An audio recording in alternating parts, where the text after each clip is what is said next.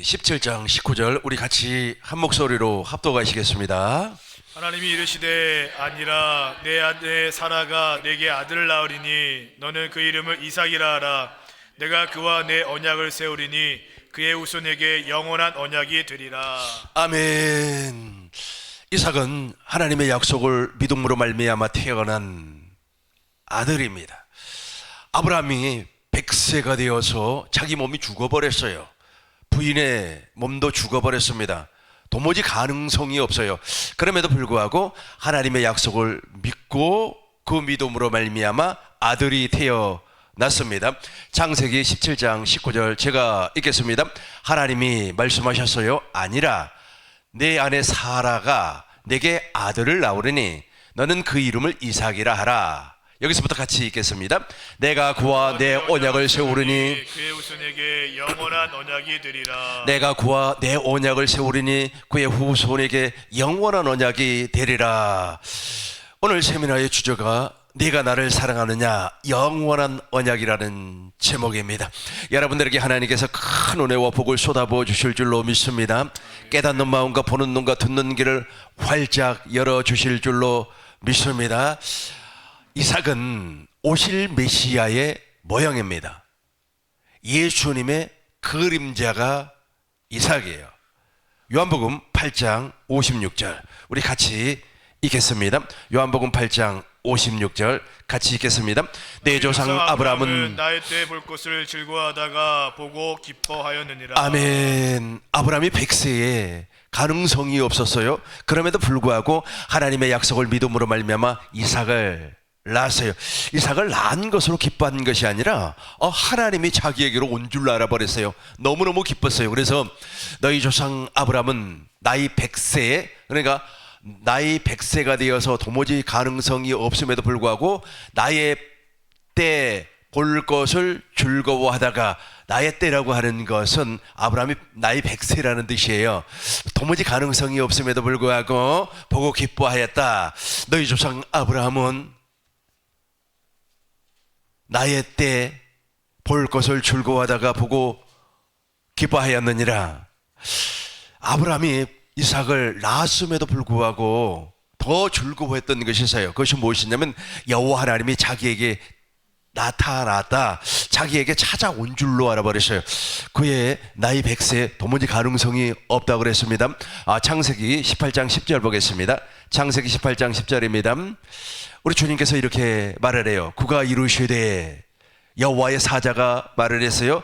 내년 이맘때 내가 반드시 내게로 돌아오리라 그랬잖아요. 그러니까 여호와의 사자가 저렇게 말을 하니까 이삭이 태어나는 것을 보고 자기 아들이 태어났음에도 불구하고 너무 기뻐요. 그러나 더 기쁜 것이 있어요. 그것이 뭐냐면 여호와 하나님이 자기에게 온 줄로 알았어요. 여호와 하나님이 사람이 되어서 말씀이 육신이 돼서 실제로 2000년이 지난 이후에 예수님께서 말씀이 육신이 돼서 완전한 사람으로 말미암아 이 세상에 왔지 않습니까? 그런데 아브라함은 100세에 진짜로 온 줄로 알아버렸다. 제가 다시 한 번 더 읽겠습니다. 그가 이르시되 내년 이맘때에 우리 같이 처음부터 읽겠습니다. 그가 이르시되 내년 이맘때에 내가 반드시 내게 돌아오려니 내 아내 사라에게 아들이 있으리라 하시니 사라가 그 뒤 장막문에서 들었더라. 아멘. 그가 여호와의 사자가 말씀했습니다. 내년 이맘때에 내가 반드시 온다 그래요. 그러니까 이삭이 태어나는 것은 정말로 기쁜 거 아닙니까? 너무너무 기뻤지만 실제로 하나님이 자기에게로 온 줄로 알아버렸어요. 하나님이 사람이 되어서 하나님께서 사람이 되었죠. 예수님은 아버지 품속에 독생하신 하나님이었어요. 그러나 말씀이 육신이 돼서 완전한 사람이 되어서 성령으로 잉태해서 마리아의 몸을 통하여 처녀의 몸을 통하여서 이 땅에 왔습니다. 이런 것처럼 저와 여러분들이 물과 성령으로 거듭났어요. 구원받았습니다. 즉 나의 머리는 그리스도가 되고 나는 그리스도의 몸이에요. 주님의 몸이 되었다면 반드시 성령 하나님께서 우리 안에서 나타나시는 거예요. 그 성령 하나님 안에는 누가 계세요? 생명을 주시는 그리스도의 영이 계시고 그리스도의 영 안에는 하나님의 생명이 존재합니다. 고로 성부와 성자와 성령 하나님께서 지금 내 안에서 나타나셔야 돼요. 내 안에서 지금 나오셔야 되는 거예요. 아브라함이 4,000년 전에 그것을 목격하고 기뻐하였다는 거예요. 이게 바로 하나님께서 이삭과 맺은 영원한 언약입니다. 에스겔이라고 하는 사람이 있어요. 에스겔은 제사장이었습니다. 그가 바벨론에 끌려가서 바벨론에서 종으로 생활을 하다가 그발 강가에서 하나님께 기도를 했습니다. 하나님 아버지요, 우리의 죄를 용서하시고 우리 조상의 죄를 용서해 주옵소서. 이렇게 기도를 하니까 이상과 예언이 나타났어요. 계시를 받았습니다. 그 계시의 내용이 무엇이냐면 이스라엘 민족이 다시금 회복한다는 거예요. 회복한다고 하는 것은 저 이삭의 언약이 이루어진다는 거예요. 이삭의 언약이 영원한 언약입니다. 저 영원한 언약이 이스라엘 민족과 오늘날 저와 여러분들에게 이루어진다라고 말씀을 했어요.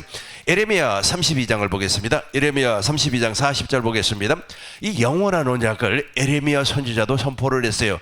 그 영원한 언약이 바로 새 언약이에요. 이 새 언약을 주님께서 이 땅에 말씀이 육신이 되어서 오실 때는 새 언약의 중보자가 되었고, 또 우리 안에 계실 때는 새 언약의 중보자로서 아브라함과 이삭과 야곱의 언약을 지금도 이루어주고 계십니다. 우리 같이 한번 큰 목소리로 읽겠습니다. 내가 그들에게 복을 주기 위하여 그들을 떠나지 아니하리라 하는 영원한 언약을 그들에게 세우고 나를 경외함을 그들의 마음에 두어 나를 떠나지 않게 하고. 영원한 언약, 즉 임마누엘이라는 겁니다. 내가 그들에게 복을 주기 위하여 그들을 떠나지 아니하리라 하는 영원한 언약을, 저 영원한 언약이 바로 새 언약입니다. 에레미야 31장 31절 보겠습니다. 에레미야 31장 31절, 우리가 이스라엘과 유다 지파 사람들과 새 언약을 맺어요. 제가 읽겠습니다. 여호와의 말씀이니라. 보라, 날이 이르리니 내가 이스라엘 집과 유다 집에 새 언약을 맺으리라. 저 새 언약이 바로 영원한 언약입니다. 새 언약의 내용을 보겠습니다. 33절입니다. 33절. 그러나 그날 후에 내가 이스라엘 집과 맺을 언약은 이러하니 곧 내가 나의 법을 그들 속에 두며 그들 마음에 기록하여 나는 그들의 하나님이 되고 그들은 내 백성이 될 것이라. 여호와의 말씀이라. 저 여호와의 말씀이 바로 이삭과 맺었던 저 영원한 언약을 실제로 메시아로 말미암아 이루어 주시겠다는 거예요. 그러니까 회복시켜 주겠다는 거예요. 이스라엘 백성들이 포로로 끌려갔습니다. 주전 586년에 바벨론 왕 느부갓네살이 군대를 끌고 와서 이스라엘 남유다를 패망시켜 버렸어요. 멸망을 시켜 버렸어요. 그리고 많은 사람들을 포로로 끌고 가서 종살이를 시켰습니다. 시종들은 종이죠. 노예로 삼아 버렸어요. 환관장으로 삼아 버렸습니다. 술 만드는 사람, 노래하는 사람, 밥 짓는 사람 종으로 만들어 버렸어요. 그런데 에스겔이 하나님께 기도하면서 이상과 예언을 받았어요. 그리고 에레미야 선지자가 받았던 것처럼 70년이 지나면 다시금 고토로 가나안으로 돌아간다고 하는 사실을 알게 됐어요. 저걸 회복이라고 하는 겁니다. 근데 오늘날 저와 여러분들이 가나안으로 돌아간다는 것이 아니라 저와 여러분들이 물과 성령으로 거듭나서 교회로 태어난다라는 사실이에요. 이것을 영원한 언약이라고 그래요.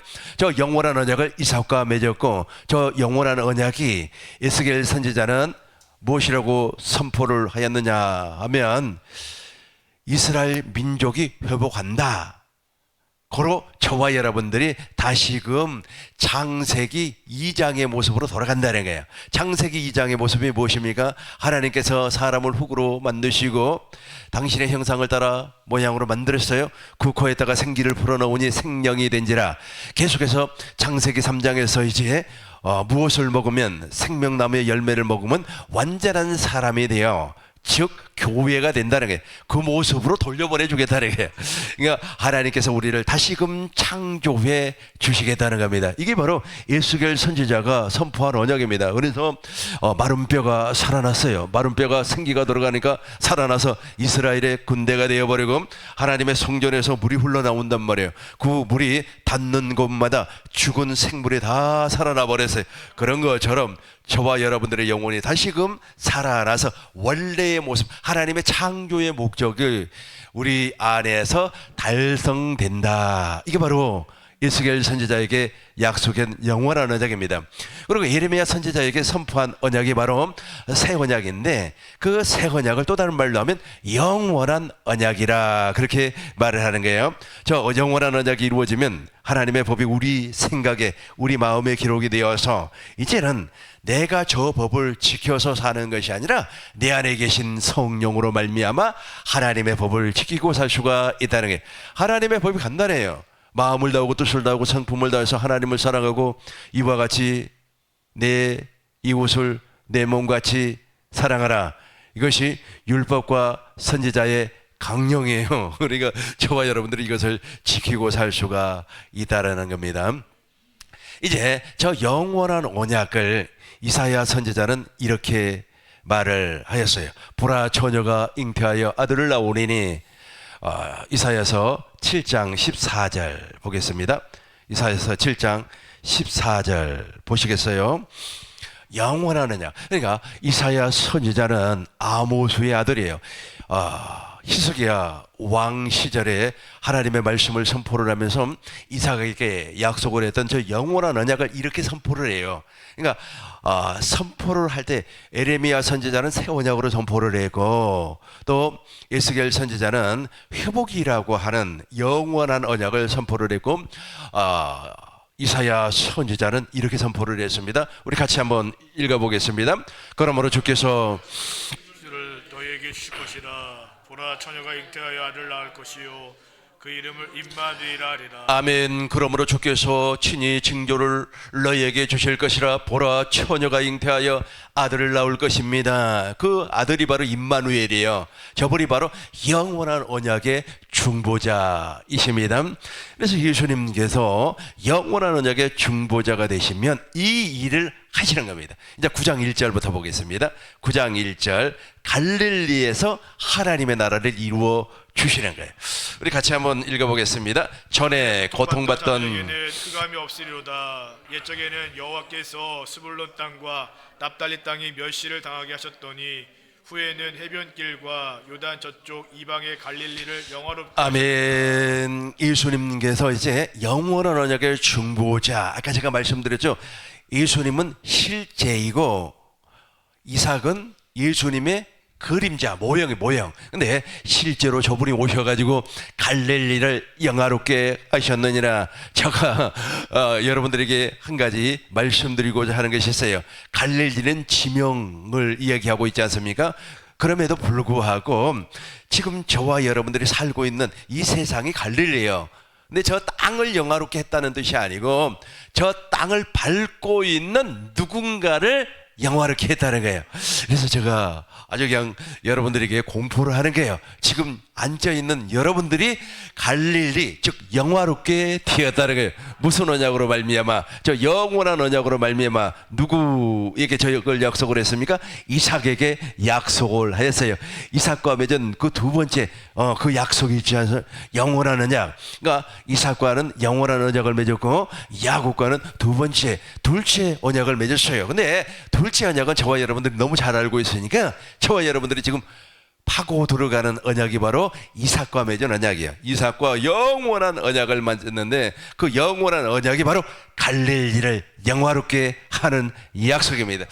여기 앉아있는 여러분들이 바로 영화로워질 줄로 믿습니다.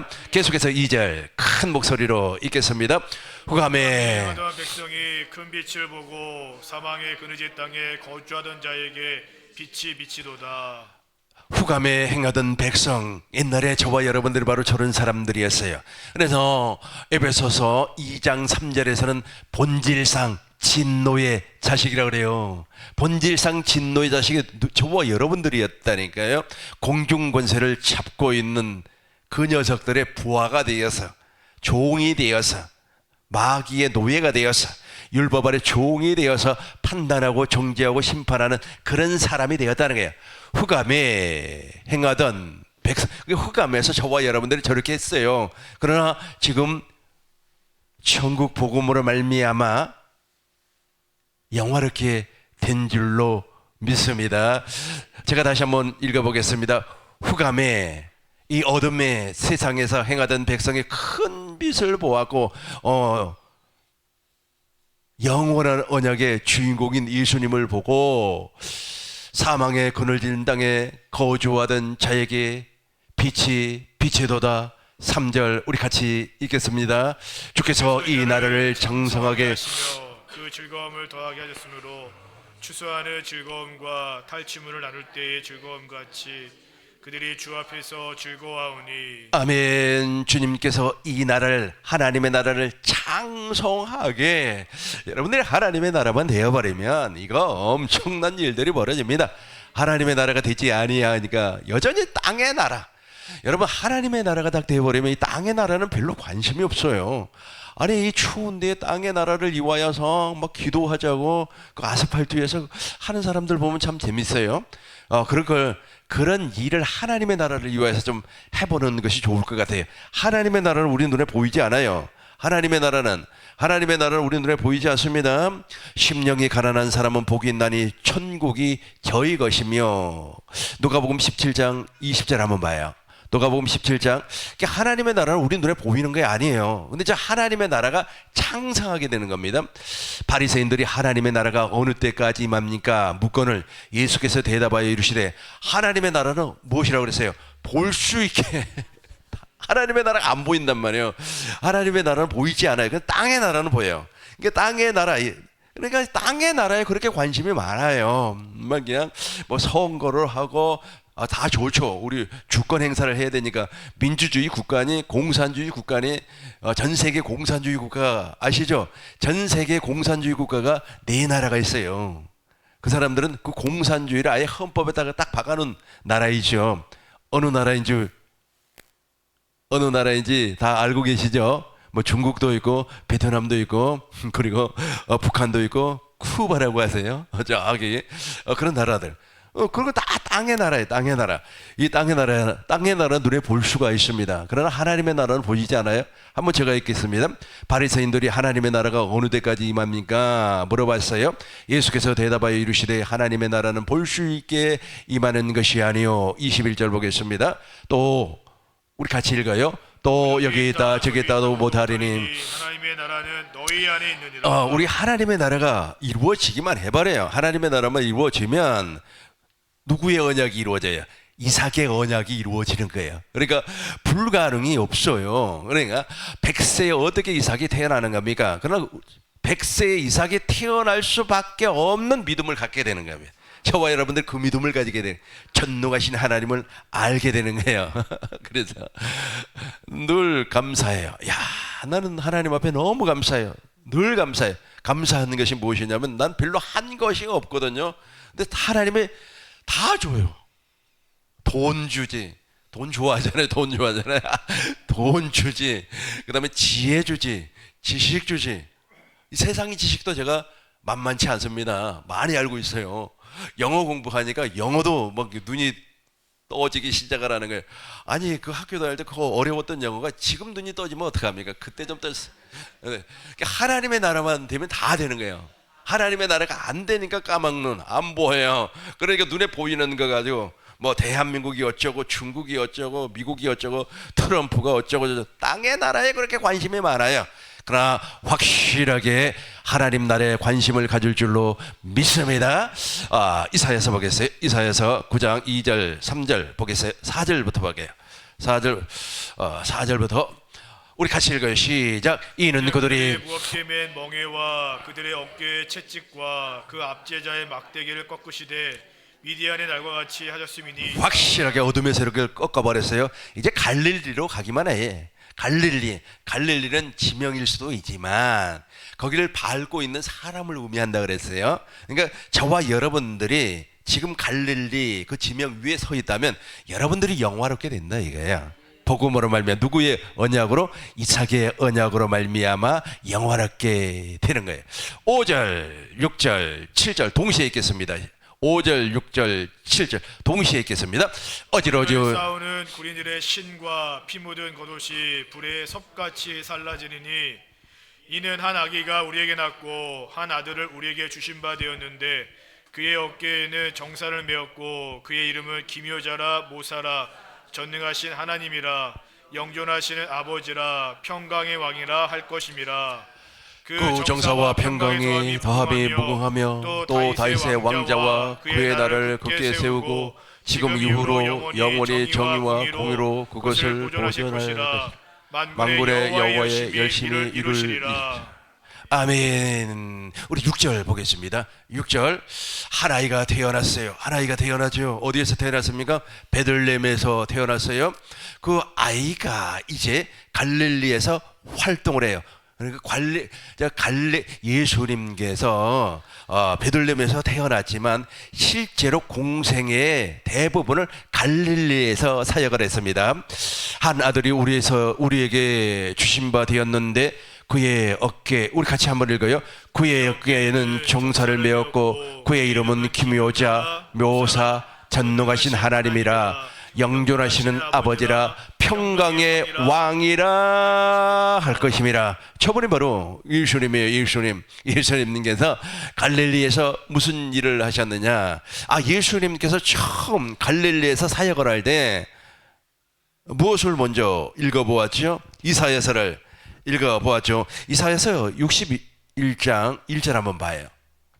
이사야서 61장 1절 우리 같이 한번 읽겠습니다. 주 여호와의 같이 읽어 시작. 주 여호와의 영이 내게 내리셨으니 이는 여호와께서 내게 기름을 부으사 가난한 자에게 아름다운 소식을 전하게 하려 하심이라.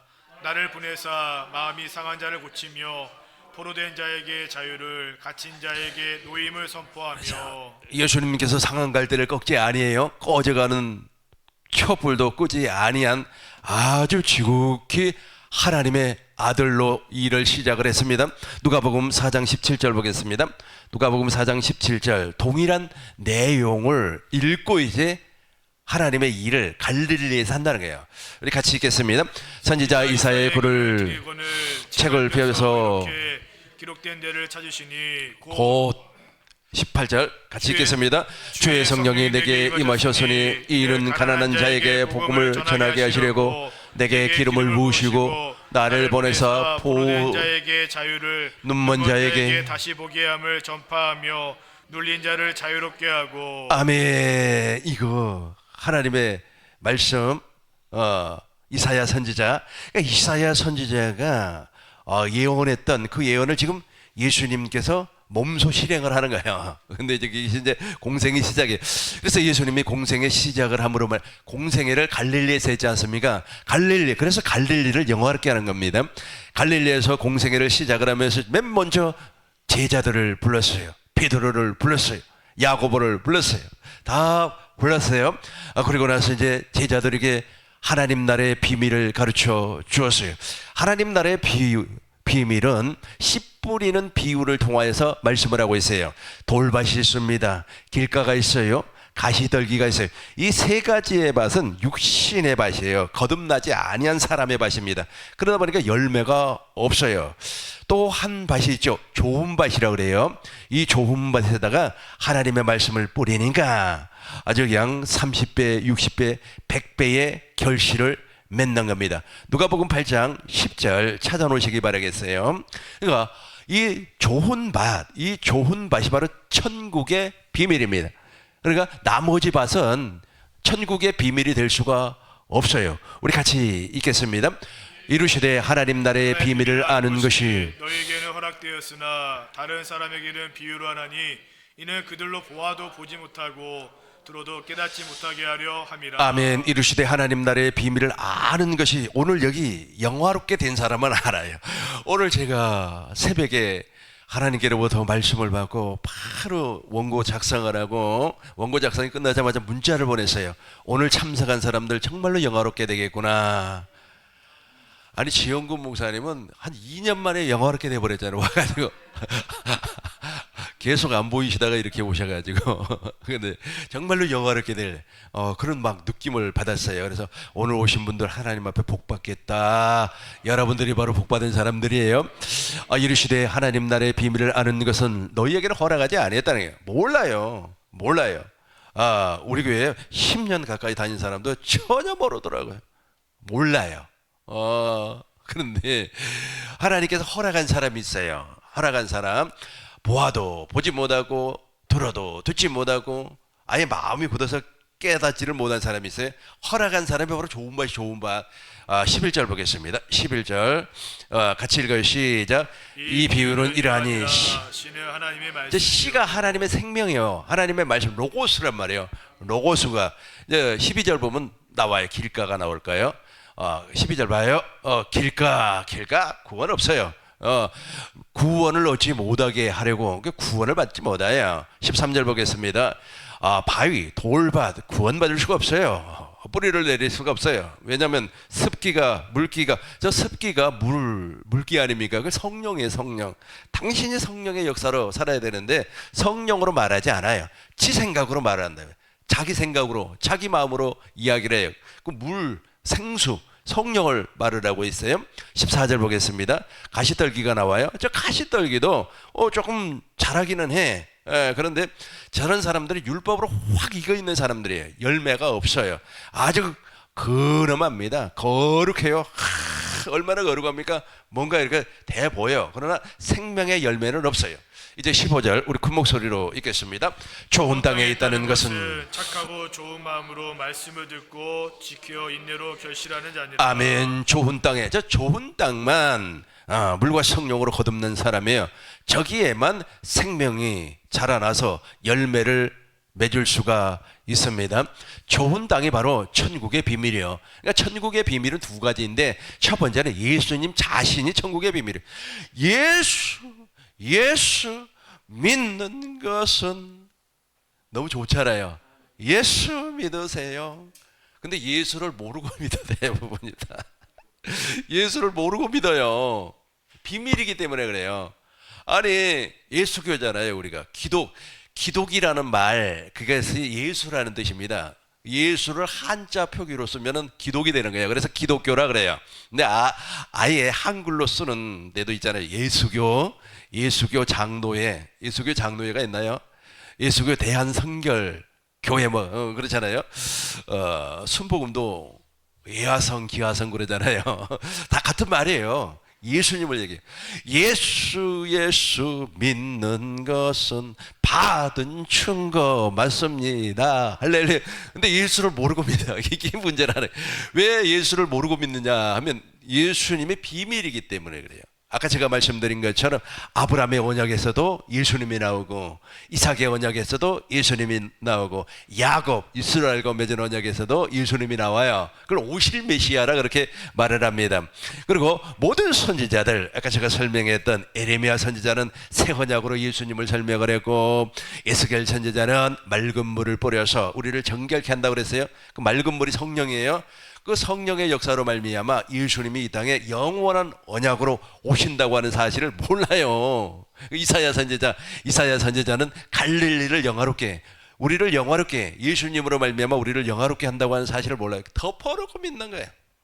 꼭 미신 같아. 그러니까 예수 믿는 사람들 보면 꼭 미신 믿는 것 같아요. 막 그냥 문제가 생기면 뭐 예배당에 나와서 그 얘기하니까 생각이 나는데 제가 전도사 초년 때 내가 1986년도 전도사 일을 했으니까 진짜 오래됐죠. 단독 목회는 이제 30이 넘어서 했지만요. 내가 35세 목사 안수를 받았어요. 일찍 좀 받고 싶어 하는 마음이 없었어요. 왜냐하면 내 머리에다가 목사 안수를 준다? 내가 너무 부족해요. 그래서 나 같은 사람은 목사가 되면 안 되는데 그래가지고 미루다가 원래 28이면 목사 안수를 받을 수 있어요. 교회 법에 보면은. 그런데 나 이제 35 아주 늦게 받았죠.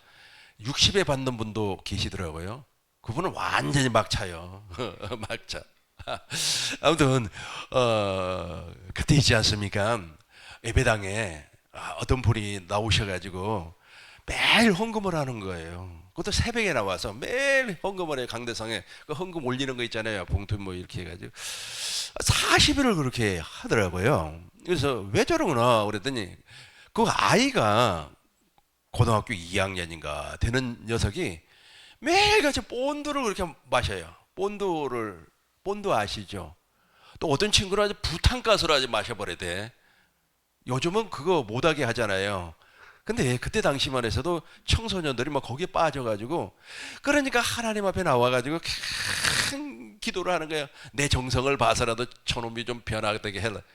그때 당시에는 그 집사님 이 얘기를 듣고 왜 하나님이 저 사람 정성을 좀 만들어줄까 그랬어요. 지금 와서 보니까 완전 미신이야.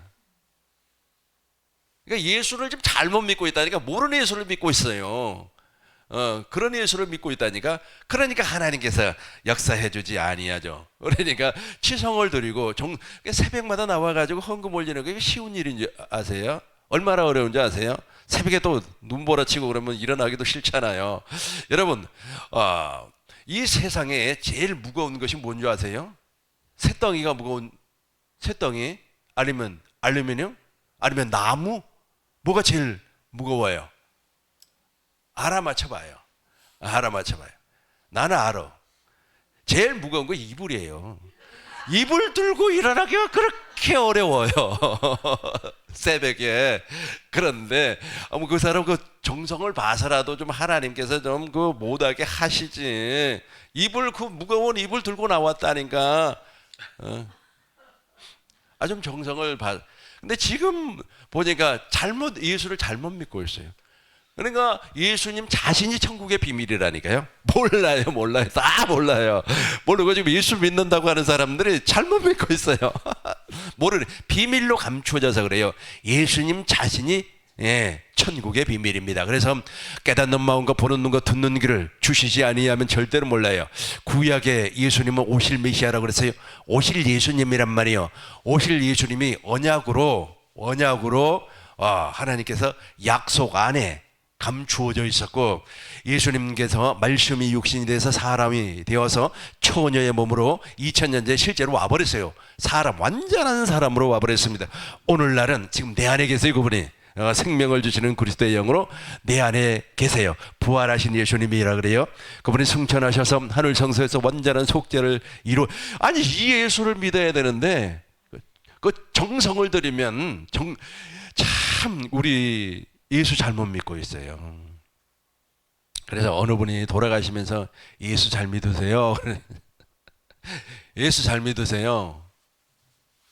잘 믿고 있잖아요. 아닌데 내가 보기에 잘못 믿고 있는데 예수 잘 믿었. 그러니까 예수를 잘못 믿고 있어요. 비밀로 감추어져서 그래요. 두 번째 천국의 비밀은 바로 착하고 좋은 마음입니다. 그리스도의 마음은 인간이 가질 수 있는 마음이 아니에요. 같이 한번 더 읽겠습니다. 좋은 땅에 있다는 것은 착하고 좋은 마음으로 말씀을 듣고 지키어 인내로 결실하는 자니라. 저 그리스도의 마음을 가지면 다 가져버려요. 고린도전서 2장 16절 보겠습니다. 고전 2장 16절. 저 마음을 가져야 돼요. 이제부터 누구든지 나를 괴롭게 하지 말라. 내가 주님의 마음을 가졌노라. 우리 같이 읽어요. 누가 주의 마음을 알아서 저를 가르치겠느냐. 그러나 우리가 그리스도의 마음을 가졌느니라. 저 그리스도의 마음을 갖는 거예요. 저 그리스도의 마음이 바로 비밀이에요. 천국의 비밀이에요. 그래서 저 그리스도의 마음은 아무나 못 가져요. 저 그리스도의 마음을 가지면 그리스도의 마음으로 말미암아 진짜 감추어진 주님을 믿어요. 오직 의인은 믿음으로 말미암아 사는 겁니다. 복음을 믿음으로 살아요. 그러니까 인간적으로 보면 좀 그렇잖아요. 그 치성을 다 드리고 그 추운데 와서 그 새벽마다 그 헌금 올리고 그 보통 정성이에요. 우리 같은 사람은 못해요. 왜냐면 너무 무거운 이불 자체를 들어 올릴 수가 없다니까. 근데 그 이불 자체를 들어 올려서 그리고 또 아주 그냥 세수하고 목욕 재개하고 그 정성을 들였으면 하나님이 좀 들어주면 얼마나 좋아요. 근데 예수 잘못 믿고 있다니까 그 사람이. 왜냐하면 예수님 자신이 비밀이기 때문에, 감춰져 있기 때문에 모르는 겁니다. 아주 그 정성 얘기하면 뭐 이방 종교 믿는 사람들이 더 잘하죠. 더 잘해. 그러니까 그것을 예수 믿는 걸로 알아버려요. 우리는 오신 메시아, 오늘날은 내 안에 계신 그리스도를 믿는 거예요. 내 안에 계신 그리스도가 두 번째 언약, 새 언약, 그리고 영원한 언약을 지금 이루어주고 있다고 하는 사실을 믿는 거예요. 내가 하나님의 나라가 된다고 하는 사실을 믿는 거예요. 제발 잘못된 예수 믿지 마시기 바라겠습니다. 나도 그렇게 잘못된 예수를 믿은 적이 과거에 긴 시간 동안 있었어요. 나이 40이 넘어가지고 복음을 늦게 깨달았죠. 아, 내가 지금까지 믿는 것이 잘못 믿었구나. 사람이 열정이 생기면 있잖아요. 그 열정이 좀 사그라들어야 되는데 그렇지 아니하더라고요. 계속해서 어느 분이 전도지를 무료로 보내줘요. 근데 그걸 좀 소화를 해야 되는데 소화가 안 돼요. 그러니까 그것을 이제 아파트 단지에 다 돌리고 만나는 사람들은 다 나눠주고 하다 보니까 새벽 1시가 돼. 심지어는 요즘은 대부분 아파트 못 들어가요. 근데 옛날에는 고급 아파트만 사람이 못 들어갔어요. 경비가 다 막아버리기 때문에. 요즘 아예 못 들어가잖아요. 경비가 자는 시간이 딱 새벽 1시입니다. 경비가 딱 자고 있어요. 그럼 살며시 들어가서 이제 그 엄청난 양의 전도지를 돌리는 거예요. 나는 그것이 예수 잘 믿는 것으로 알았어요. 예수는 이렇게 믿는 것이라고. 그래서 사람들도 또 자랑도 했다. 내가 새벽 1시에 전도지도 돌리고 그랬다. 막 자랑도 하고 그랬어요. 예수 잘 믿는다고. 또 간중이라고, 그걸 또 간중이라고 아시죠? 그 지금 와서 생각해 전부 다. 왜냐하면 예수님 자신이 비밀이라니까요. 비밀이에요. 그러니까 예수님이 십자가에서 왜 죽으셨고 십자가에서 무슨 일을 예수님이 십자가에서 해주신 일이 8가지가 있어요. 근데 비밀로 감추져 있기 때문에 사람들이 몰라요. 덮어놓고 예수님의 십자가의 고난을 우리도 동참해야 돼. 뭐 예수님께서 말이야 우리를 위하여서 십자가를 지셨습니다. 우리 말이야 다 통성으로 기도하면서 웡웡 웁시다. 와, 예수님이 내 죄를 위하여서 죽으셨다고. 예수님, 그게 잘못 알겠어요. 예수님께서 십자가에서 다 이루셨다 그래요. 무엇을 다 이루셨다고 하는 게, 그 구약에 오실 메시아가 약속했던 그 약속을 다 이루었다는 게, 이게 바로 하나님의 뜻이라고 합니다. 하나님의 뜻을 예수님께서 십자가에서 이루어 주었어요. 근데 인본주의, 그러니까 율법의 행위 아래 있는 사람들, 인본주의, 그 사람을 중심으로 신앙생활을 하는 사람들은 하나님의 뜻을 사람에게 맞춰요. 말이야, 병원에 들어 누워서 말이야, 아파서 죽겠는데 신방 와가지고 그 아픈 것도 다 하나님의 뜻이야. 그러면서 그게 하나님의 뜻이에요. 마귀가, 귀신이 역사하는 것이지. 예, 그러면서 운명처럼 사람을 운명화시켜버려요.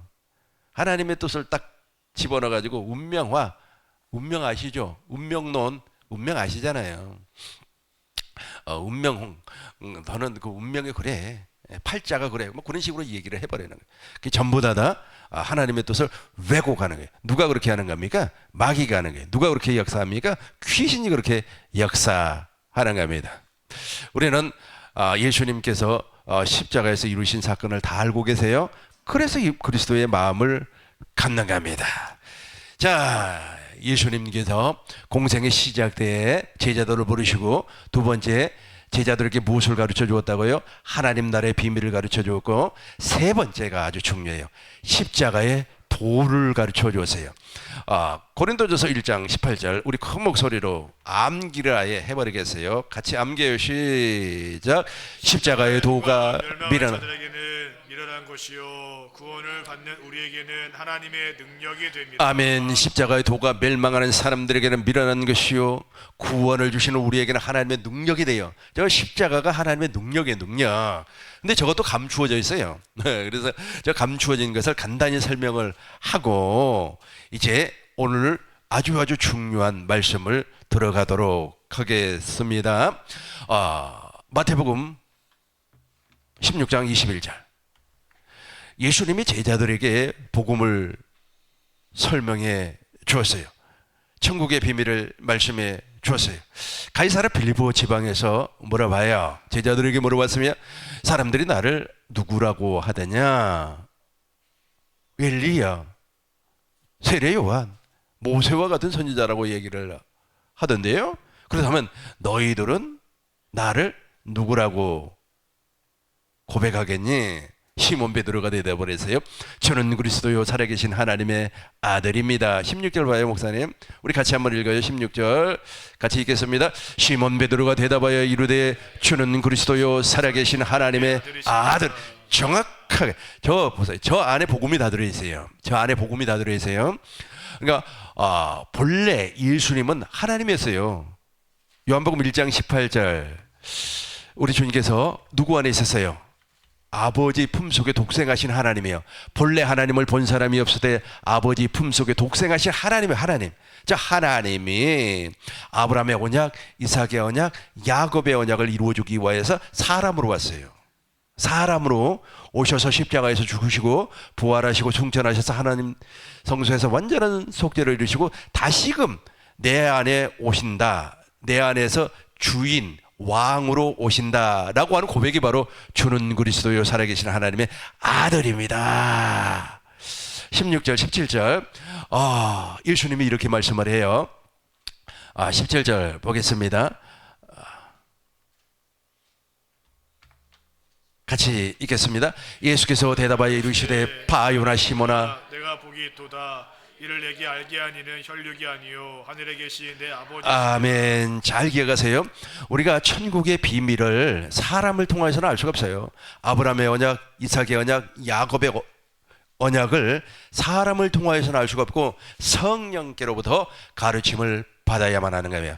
18절 보겠습니다. 18절 제가 읽겠습니다. 내가 또 내게 이르노니 너는 베드로라. 내가 이 반석 위에 내 교회를 세우리니 음부의 권세가 이기지 못해요. 이제 교회로 태어나는 겁니다.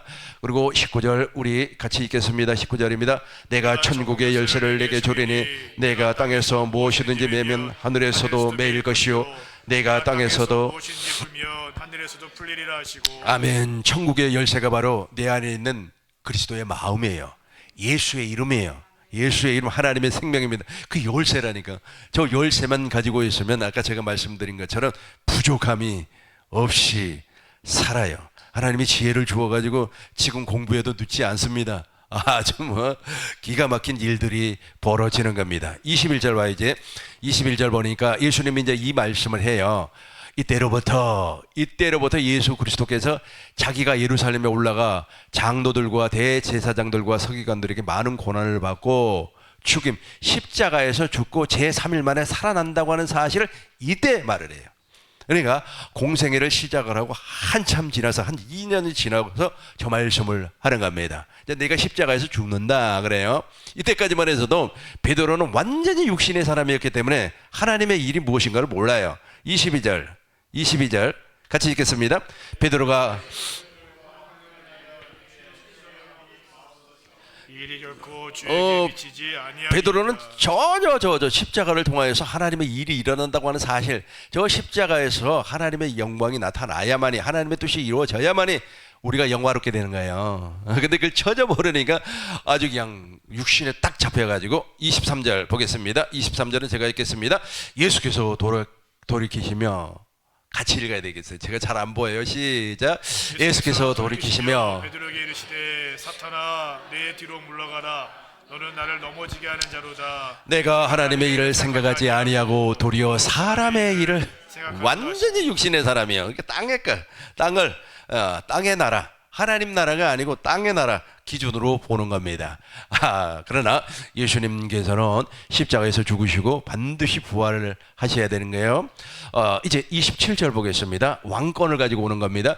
27절 같이 읽겠습니다. 인자가 아버지의 영광으로 그 천사들과 함께 오리니 그때 각 사람이 왕권을 가지고 오는 거예요. 28절 보겠어요. 진실로 같이 읽어요. 진실로 너희에게 이르노니 여기 서 있는 사람 중에 죽기 전에 인자가 그 왕권을 가지고 오는 것을, 하나님의 나라. 누가복음 9장 27절을 보면 이렇게 나와요. 누가복음 9장 27절에서는 내가 참으로 너희에게 이르노니 여기 서 있는 사람 중에 죽기 전에 하나님의 나라를 볼 자들도 있느니라. 하나님의 나라로 오신다는 게 누가? 예수님께서 하나님의 나라로 와요. 그러고 서 십자가, 우리를 하나님의 나라로 만들어주기 위해서는 반드시 십자가에서 하나님의 뜻이 이루어져야 돼요. 예수님께서 십자가에서 제일 먼저 한 일이 옛것을 패버렸어요. 옛 언약을 패버렸어요. 그리고 두 번째는 둘째 것 새 언약을 이루어 주었어요. 세 번째는 마귀의 권세를 진리게 버렸어요. 마귀가 사망 권세를 가지고 있어요. 그러니까 여러분 십자가에서 흘러내리는 하나님의 사랑을 체험하거나 아니면 그것으로 말미암아 성령께서 깨닫게 하신 진리의 복음을 완전히 깨닫고 그것을 믿는 사람이라면 사망 권세가 우리에게 역사하지 아니에요. 죽음이 두렵지 아니합니다. 그러니까 내가 물과 성령으로 다 거듭나고 나서 그걸 딱 체험을 했는데 딱 세 개가 사라지더라고요. 첫 번째는 욕심이 사라져요. 난 사사로운 욕심 부리지 않습니다. 사사로운 욕심이잖아요. 내가 지금도 집이 없는 사람이에요. 집 아시죠? 여러분들은 집 다 가지고 있잖아요. 나는 없어요. 그런 것도. 그 욕심 부리지 않습니다. 그렇다고 해서 내가 지금도 집을 살 욕망은 없어요. 우리 집사람은 꼭 집사자. 우리 집사람을 집사로 임명을 해버려야 될 것 같아요. 집을 사라고.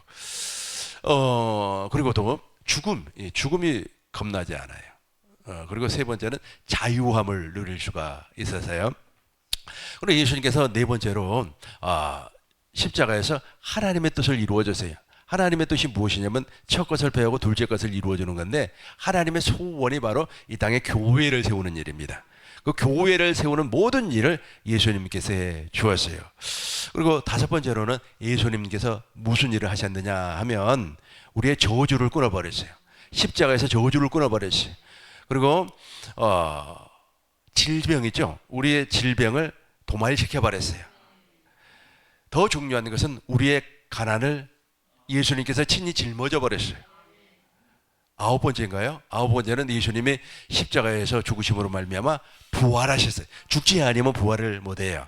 그리고 승천하셔서 하늘 성소에서 완전한 성죄를 이루시고 생명을 주시는 그리스도의 영으로 다시금 우리에게 오셨어요. 근데 예수님이 십자가에서 무슨 일을 했는가를 몰라요. 비밀이기 때문에 모르는 겁니다. 그러나 저와 여러분들은 확실하게 알 줄로 믿습니다. 예수님께서 십자가에서 죽으시고 제3일 만에 부활했는데 사람들이 예수님을 다 떠나가 버렸어요. 특별히 제자들은 36개 주랭랑을 놔버리고 예수님을 따랐던 여자들이 예수님을 맞이하려 안식 후 첫날 무덤에 찾아갔어요. 가니까 예수님이 부활해 있었습니다. 예수님께서 여자들에게 갈릴리로 가라 그래요. 갈릴리로 가라. 저와 여러분들이 이제 갈릴리로 가야만이 일이 일어납니다. 마태복음 26장 32절 보겠어요. 마태복음 26장 32절 보시겠습니다. 마태복음 26장 32절 우리 같이 읽겠습니다. 그러나 내가 살아난 후에 너희보다 먼저 갈릴리로 가리라. 아멘. 그러나 내가 살아난 후에 너희보다 먼저 갈릴리로 가리라. 28장 7절 보겠습니다. 갈릴리에서 이제 역사가 일어나는 겁니다. 우리 주님께서 갈릴리를 확실하게 영화롭게 하셨습니다. 같이 읽겠습니다. 또 빨리 가서 그 제자들에게 이르되 그가 죽은 자 가운데 살아나셨고 너희보다 먼저 갈릴리로 가시나니 거기서 너희가 배우리라 하라. 보라 내가 너희에게 일렀느니라 하거늘. 아멘. 10절도 한번 더 보겠습니다. 10절입니다. 우리 같이 읽어요. 이에 예수께서 이르시되 무서워하지 말라. 가서 내 형제들에게 갈릴리로 가라. 거기서 나를 보리라 하시니라. 아멘. 갈릴리로 가라. 갈릴리로 갔어요. 그런데 아니 제자들은 갈릴리로 가야 되는데 실제로 가서 예수님을 만나야 되는데 자기 생업으로 가버렸어요. 물론 먹고 살기 위해서 이제 아이고 물고기 잡으러 가자. 디베라 호수로 가버렸어요. 물론 디베라 호수도 갈릴리입니다. 그러나 목적이 달라요. 예수님 만나러 간 것이 아니었어요. 물고기 잡으러. 요한복음 21장 1절. 요한복음 21장 1절 보시겠습니다. 우리 같이 읽어요. 그 후에 예수께서 디베라 호수에서 또 제자들에게 자신을 나타내셨으니 나타내신 일은 이러하니라. 계속해서 2절입니다. 시몬 베드로와 디무더라 하는 도마와 갈릴리 가나 사람 나다나엘과 세베대의 아들들과 또 다른 제자 둘이 함께 있더니 3절입니다. 같이 읽어요. 시몬 베드로가 나는 물고기 잡으러 가노라 하며 그들이 우리도 함께 가겠다 하고 나가서 배에 올랐으나 그날 밤에 아무것도 잡지 못해. 부활하신 예수님이잖아요. 부활하신 예수님이 이 디베라 호수로 찾아왔어요. 난 디베라 호수 가봤어요. 가면서 예수님의 이 마지막 모습, 저 모습이잖아요. 부활하신 모습. 그리고 이제 저기에서 이제 하나님 나라의 일을 이제 선포를 한단 말이에요. 40일 동안 저 일을 하셔요. 그런데 그걸 생각하면서 가만히 그 잔잔한 그 호수를 보니까 너무 좋은 거예요. 예수님께서 제자들에게 이렇게 했겠구나. 너무 좋았어요. 너무 좋아가지고 그걸 하염없이 바라보고 있는데 러시아 관광객들이 와가지고 너무 시끄럽게 하는 게 막 사진을 막 찍고 그래가지고 와, 그 좋았던 그 마음이 싹 사라지는 거야. 아주 갈릴리에서 이제 고기를 밤새도록 고기를 잡는 겁니다. 너무 아주 그냥 수고하고 고생을 많이 했어요. 그럼에도 불구하고 한 마리도 잡지를 못했습니다. 부활하신 예수님이 나타나셔가지고 너희들 밤새도록 고기 한 마리도 못 잡았지? 배 오른편에다가 고기 잡는 그물을 한번 던져봐라. 배 오른편에다가 던지니까 세상에 고기가 가득 잡혀서 끌어올리기가 너무너무 힘이 들었어요. 동무들을 불렀습니다. 아까 그 나와 있는 그 도마, 디베라, 디드모 이런 사람들 불러가지고 야 친구들 동무들 빨리 오라고 그래가지고 같이 막 그냥 영차해서 그물을 끌어올렸어요. 무트로 끌고 왔어요. 땅에 끌고 와서 고기를 세어보니까 고기가 몇 마리였습니까? 153마리. 모나비 볼편 이름이죠. 아주 153 아주 그냥 고기를 잡았어요. 153마리의 고기를 잡았어요. 그런데 예수님께서 쫙 숯불에다가 떡을 굽고 생선을 구워서 제자들을 불렀어요. 야, 우리 같이 조반을 먹자 하면서 예수님이 친히 아주 숯불에다가 고기도 굽고 또 떡도 구워서 생선도 굽고 막 구워서 막 주시는 겁니다. 잘 먹었어요. 그런데 한 사람도 당신이 누구입니까? 라고 묻는 사람이 없어요. 이제는 떡 먹었겠다, 물고기 먹었겠다, 생선 먹었겠다. 이제 예수님을 아는 거예요. 이분이 정말로 부활하셨구나. 공생에 3년 동안 그 얘기를 했는데 한 귀로 흘려버렸어요. 아주 전혀 이제 부활하신 예수님을 이제 보시는 겁니다. 그 부활하신 예수님께서 한 사람을 콕 찍어서 이렇게 물어봅니다. 15절 보겠어요. 15절. 이제 여러분들이 가지고 있는 교환이 2페이지가 되겠습니다. 우리 같이 읽겠습니다. 그들이 조반 먹은 후에 예수께서 시몬 베드로에게 요한의 아들 시몬아, 내가 이 사람들보다 나를 더 사랑하느냐 하시니 이르되 주님 그러하나이다. 내가 주를 사랑하는 줄 주님께서 아시나이다. 이르시되 내 어린 양을 먹이라 하시고. 아멘. 그들이 아침밥을 먹은 후에 조반을 먹은 후에 예수께서 시몬 베드로에게 이르시되 요한의 아들 시몬아, 내가 나를 저 사람들. 여러분, 여기서 아주 중요한 메시지가 있습니다. 영원한 언약이죠. 영원한 언약의 핵심이 무엇이냐면 하나님의 생명이에요. 하나님의 생명에서 나오는 것을 사랑이라 그렇게 말을 해요. 저 사랑이 여러분 안에서 나와버리면 이제 말할 것도 없죠. 하나님의 모든 뜻이 여러분을 통하여서 나타나는 겁니다. 예수님께서 바요나 시몬아, 내가 나를 사랑하느냐 하시니 이르되 주님 그러하웨이다. 내가 주님을 사랑하는 줄 주님께서 아시나이다. 이루시되 내 양을 먹이라 하시고. 이제 저와 여러분들의 생명을 낳으려면 반드시 주님을 사랑해야 돼요. 주님을 사랑해야만이 하나님의 생명으로 거듭날 수가 있습니다. 모든 언약, 하나님의 약속, 아브라함의 언약, 이삭의 언약, 야곱의 언약 안에 이면에 들어있는 것이 생명 아닙니까? 그 생명 안에 들어있는 것이 무엇이죠? 사랑이에요. 그래서 신명기 30장 6절 너와 내 후손의 마음의 할례를 베푸사 마음을 다하고 뜻을 다하고 성품을 다해서 하나님을 사랑하고 생명을 얻게 될 것이다. 그래서 지금 베드로가 성령 세례 받기 일보 직전에 너 나 사랑하니? 하고 물어보는 거예요. 16절 우리 큰 목소리로 읽겠습니다. 16절입니다. 또 두 번째 이루시되 요한의 아들 시몬아 내가 나를 사랑하느냐 하시니 이르되 주님 그러하나이다. 내가 주님을 사랑하는 줄 주님께서 아시나이다. 또 두 번째 말씀했습니다. 양을 치라 하시고 아멘. 요한의 아들 시몬아 내가 나를 사랑하느냐? 내가 나를 사랑하느냐? 이르되 주님 그럽니다. 내가 주님을 사랑한 줄 주님께서 아십니다. 17절 세 번째 동일하게 또 물어봐요. 같이 읽겠습니다. 세 번째 이루시되 요한의 아들 시몬아 내가 나를 사랑하느냐 하시니 주께서 세 번째 내가 나를 사랑하느냐 하심으로 베드로가 근심하여 이르되 모든 것을 아시오매 내가 주님을 사랑하는 줄을 주님께서 아시나이다. 예수께서 이르시되 내 양을 먹이라. 아멘. 베드로가 근심하여 이르되 주님, 사람의 마음을 창조하신 주님, 사람의 마음을 창조하신 주님, 그리스도의 마음을 창조하신 주님, 주님께서 아시지 않습니까? 내가 주님을 사랑한 줄 주님께서 아시지 않습니까? 사람의 마음을 창조하신, 여기서 말하는 사람의 마음은 그리스도의 마음입니다. 그리스도의 마음을 창조하신 주님께서 내가 주님을 사랑한 줄을 주님께서 아시지 않습니까? 아마 저 장면을 나는 떠올릴 수가 있어요. 아마 저기에서 베드로는 다 무너져 버렸을 겁니다.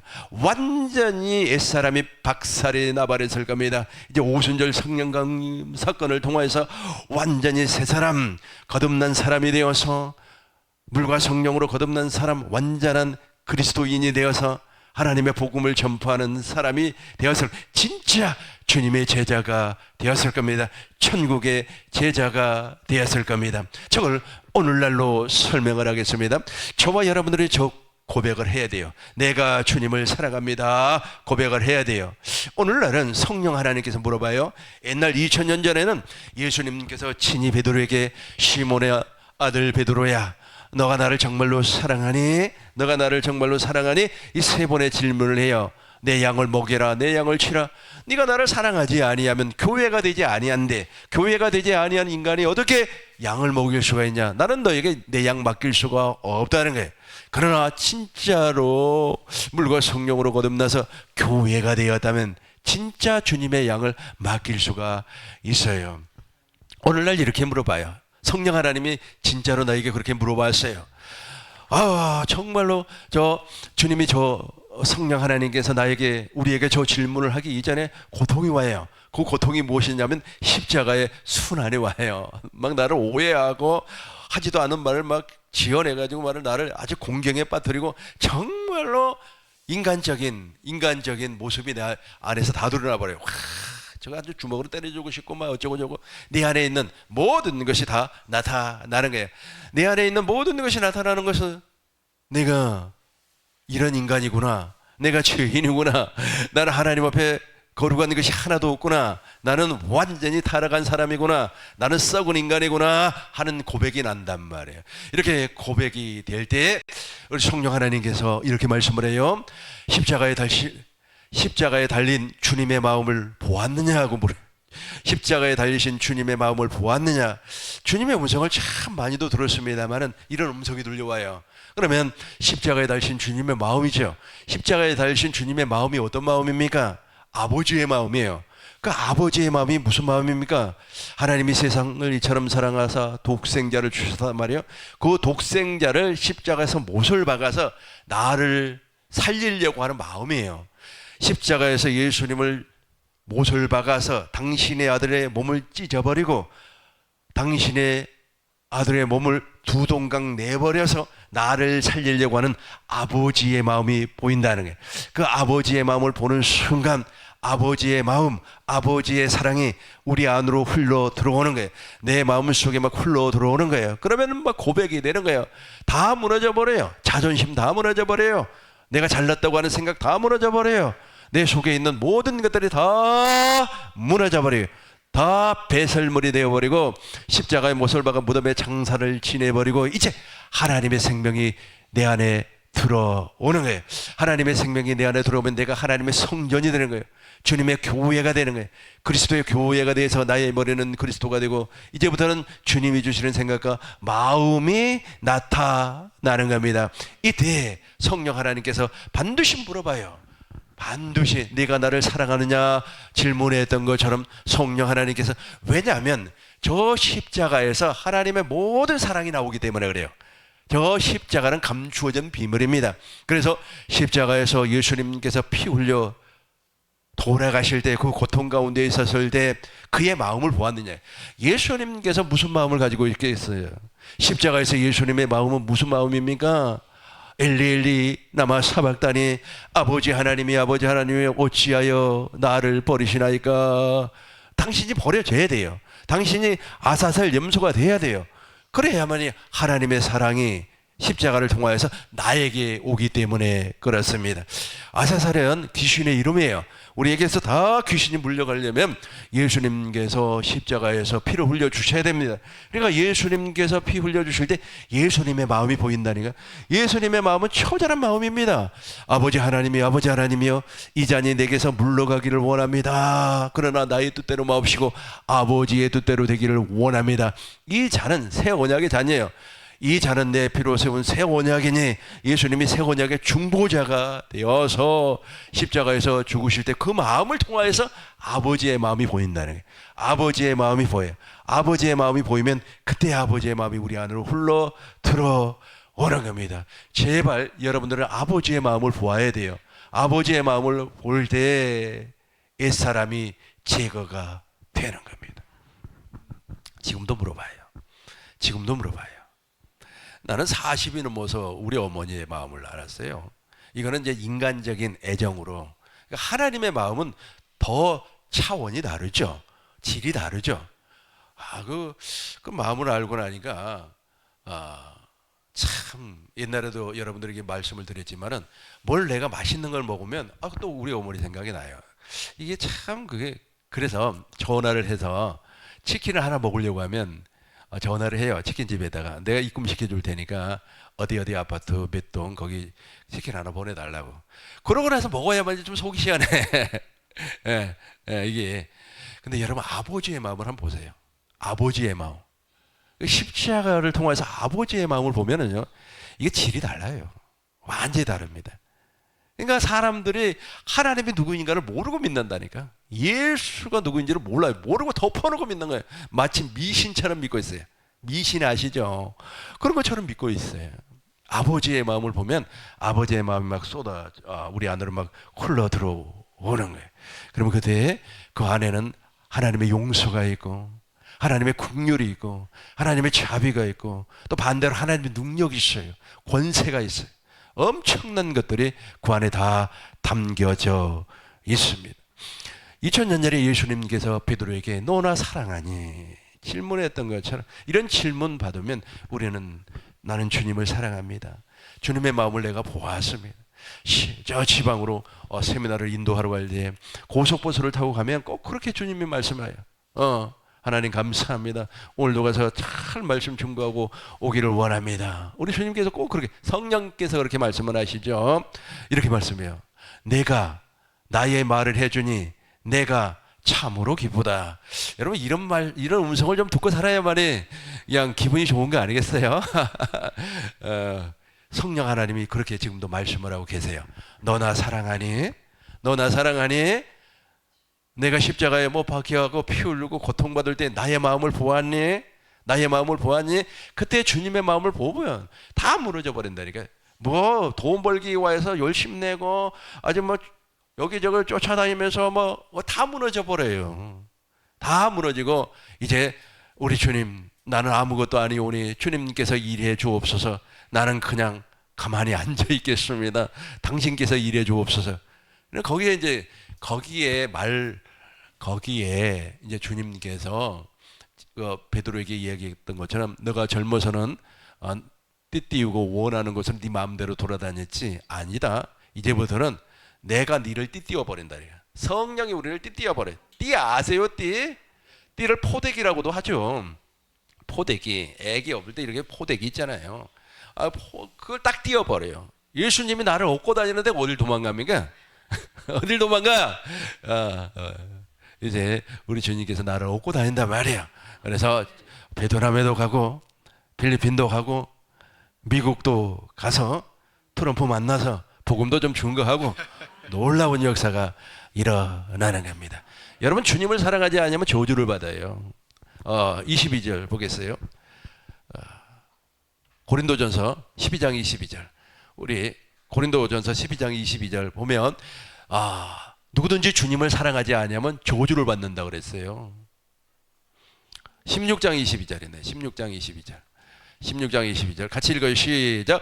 만일 누구든지 주를 사랑하지 아니하면 저주를 받을지어다. 우리 주여 오시옵소서. 여러분 주님 사랑하지 않으면 저주를 받아요. 이렇게 해서 이제 내가 주님과 띠를 띄었어요. 지금 여러분들은 예수님 포대기 안에 있는 사람들이에요. 예수님 포대기 안에 있는 사람들 어떤 사람인지 이제 결론으로 보겠습니다. 요한일서 4장 16절. 오늘 말씀의 결론이에요. 그러니까 이삭의 언약의 결론이 이거예요. 영원한 언약의 결론입니다. 요한일서 4장 16절입니다. 제가 읽겠습니다. 하나님이 우리를 사랑하시는, 우리 같이 읽어요. 시작. 하나님이 우리를 사랑하시는 사랑을 우리가 알고 믿었노니 하나님은 사랑이시라. 사랑 안에 거하는 자는 하나님 안에 거하고 하나님도 그의 안에 거하시느니라. 이제 이해가 되죠? 이제 이해가 되죠? 사랑 안에 거하는 사람은 예수님 띠띠고 다니는 사람이에요. 너가 젊어서는 네 마음대로 돌아다녔지. 이제는 아니야. 내 포대기 안에 있어야 돼. 포대기 안에 있어야 돼. 포대기 안에가 한 18년 전에 읽은 기사가 생각이 납니다. 미국 사람들이 연구를 했어요. 왜 한국 사람들은 저렇게 똑똑하지? 그래서 한국 문화를 연구를 해봤어요. 그런데 한국 사람들이 아이를 그 포대기에 업고 다니더라는 거예요. 그래서 그것을 이제 연구해서 발표를 하니까 미국 사람들이 한국 포대기를 수입해가지고 그래서 아이를 한국 아이들이 엄마의 포대기 안에 있는 것처럼 그렇게 아이들을 업고 다녀요. 그래서 영어로도 포대기라고 써놨어요. 영어 발음 그대로 포대기. 근데 우리나라 사람들이 이 포대기를 안 읽어버리네. 포대기에 요즘 젊은 친구들은 그 니알 구름마에다 끌고 다니잖아요. 구름마가 맞아요? 유모차가 맞죠. 끌고 다니지 마시고 유모차고 700, 800 막 하는 것도 있더라고요. 포대기 얼마나 좋아요. 그걸 좋아가지고 미국 사람들이 하고 있는데 우리는 또 그걸 버려요. 좋은 것을 버리고. 아까 얘기했잖아요. 그 17절에 보면 나와요. 그 요한복음 21장 17절에 보면 띠를 띄운다니까. 띠를 띄니까 네 원하는 곳으로 다녔다. 이제는 내가 니를 띠운다네. 포대기. 그래 한번 읽어봐요. 시작. 17절 18절이야. 19절이구나. 19절 18절이네. 18절 같이 읽어요. 시작. 내가 진실로 내게 이르노니 내가 젊어서 스스로 띠띠고 원하는 곳으로 다녔거니와 이것은 내 팔을 벌리리니 남이 내게 띠띠우고 원하지 아니하는 곳으로 데려가리라. 아멘. 이제는 주님이 나를 띠띠워 주는 겁니다. 요한일서 4장 우리 16절 다시 한번 더 보겠습니다. 그러니까 내가 그리스도 안에 주님은 내 안에 영원히 이제 임마누엘 하는 겁니다. 밑에만 읽겠습니다. 하나님 안에 거하고 하나님도 그의 안에 거하시느니라. 그렇죠. 하나님 안에 거하고 하나님도 그의 안에 거하시는. 계속해서 17절 보겠습니다. 17절입니다. 이로써 사람이 우리에게 온전히 이루어진 것은 우리로 심판 날에 담대함을 가지게 하려 함이니 주께서 그러하심과 같이 우리도 이 세상에서 그러하니라. 18절 큰 목소리로 읽겠습니다. 사랑 안에 두려움이 없고 온전한 사랑이 두려움을 내쫓나니 두려움에는 형벌이 있음이라. 두려워하는 자는 사랑 안에 온전히 이루지 못하느니. 사랑 안에는 두려움이 없어요. 저 죽음에 대한 공포가 없어요. 십자가에서 예수님이 다 해결해 버렸어요. 온전한 사랑이 두려움을 내쫓습니다. 두려움에는 형벌이 있어요. 내가 지옥 간다는 거 하는 걸 다 알아요. 그러니까 상각 고인의 명복을 빈다 그러잖아요. 그 말 뜻 내가 지난번에 설명했는지 알고 계시죠? 그러니까 삼가 고인의 명복을 빈다고 하는 말은 무엇이냐면 이제 불교에서 지옥의 임금이 염라대왕이에요.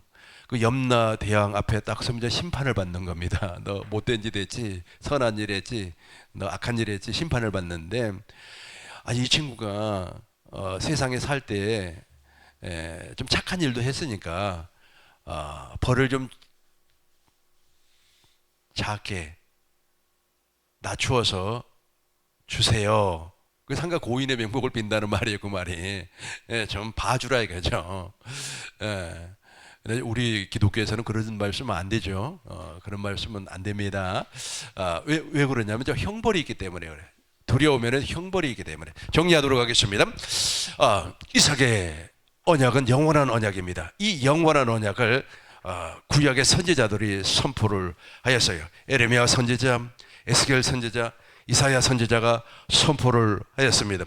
예수님은 이 땅에 말씀이 육신이 되어서 오셔서 제자들을 불러주셨어요. 제자들에게 천국의 복음을 말씀하시고, 또 예수님께서 죽음 직전에 제자들에게 하나님의 나라가 이루어질 거라고 설명을 했어요. 그 하나님의 나라가 이루어지는 과정 가운데 하나가 십자가예요. 그 십자가를 설명해 주고, 너희는 십자가의 도를 가게 될 것이다. 십자가의 길을 가게 될 것이다. 그래서 십자가의 도가 멸망하는 사람들에게 미련한 것이지만 구원을 주시는 우리에게는 하나님의 능력이 되는 거예요. 우리가 구원받을 수 있는 조류의 능력이 되는 겁니다. 그래서 예수님께서 이제 부활하시고 마지막 제자들에게 물어봐요. 너 나 사랑하니? 지금도 물어봅니다.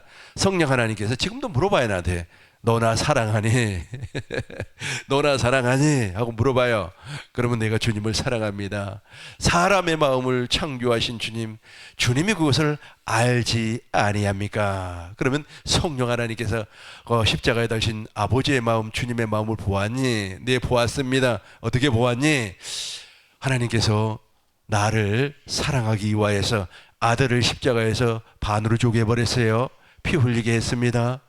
멸류관을 쓰게 했어요. 그 멸류관에서 피가 뚝뚝 떨어진 그 모습이 바로 아버지의 마음이었습니다 라고 고백을 하게 돼요. 이 고백을 하게 되면 여러분 속에 도사리고 있는 옛사람이 빠져나가요. 옛사람이 제거가 돼요. 옛사람이 십자가에 못 박아 무덤에 장사를 지내버려요. 그리고 나서 하나님의 생명으로 거듭나는 거예요. 이렇게 하나님의 생명으로 거듭난 사람에게 두 가지가 나타납니다. 첫 번째는 예수의 이름이 나타나고, 두 번째는 그리스도의 마음이 나타나는 겁니다.